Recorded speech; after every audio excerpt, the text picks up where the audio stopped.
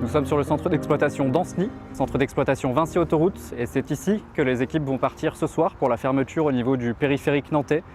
Ce soir, c'est une opération exceptionnelle qui va se dérouler puisqu'elle consiste en la destruction d'un ouvrage, un pont qui va être détruit dans le cadre de l'aménagement du chantier Porte de Gesvres. Cette opération, pour nous, exploitants, elle présente un double enjeu.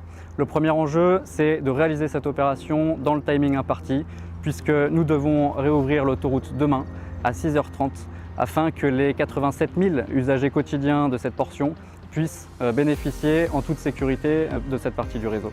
Le deuxième enjeu, il est pour nous d'être certain que toutes ces opérations-là, elles se fassent en sécurité, tant pour ceux qui vont aller poser les balisages que pour les clients qui vont être amenés à emprunter des chemins de déviation. Cette phase du chantier, elle est discutée, préparée bien en amont. Pour la réalisation de ce chantier, ce sont 6 personnels Vinci Autoroute qui sont mobilisés et il y a plusieurs phases qui sont mises en œuvre pour être certain que l'organisation se passe bien.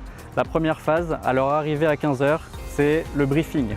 Donc il y a l'équipe d'encadrement qui va accueillir les équipes, les agents routiers, les hommes en jaune, pour définir les zones de balisage et parler de tout ce qui est nécessaire en termes de matériel et de signalisation.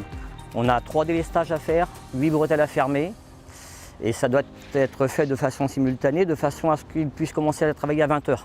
Donc ok, pour nous, on va vérifier notre camion et les remorques et on part sur Gesvres après. Entendu, commencez par ça, ensuite vous irez vérifier le dispositif sur place. Alors surtout ce soir, faites bien attention à vous parce qu'on va délaisser plus tôt que d'habitude. Soyez très vigilants parce que le trafic sera élevé au moment où vous allez devoir baliser.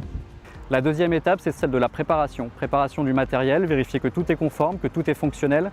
Et elle se fait évidemment sur le centre, en amont, pour bien préparer l'intervention et être certain qu'une fois sur l'autoroute, il n'y ait pas de difficultés techniques qui puissent survenir. La troisième phase, c'est le départ. Nous avons 3 binômes qui vont partir ce soir pour procéder à ces fermetures de façon synchronisée et de façon sécurisée.